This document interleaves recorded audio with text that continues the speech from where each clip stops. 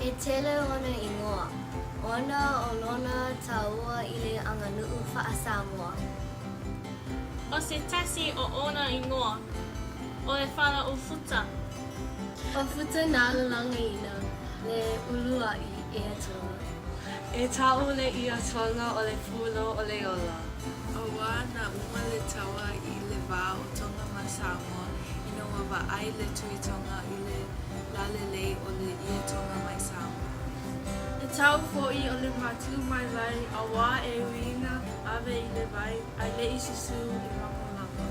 O le isi noa o le ia tonga o le tasi ai afe. A wā e sili lona tau I lo le afe ma afe o I. O le mātou pese lea I le ia tonga. Usi a whaafu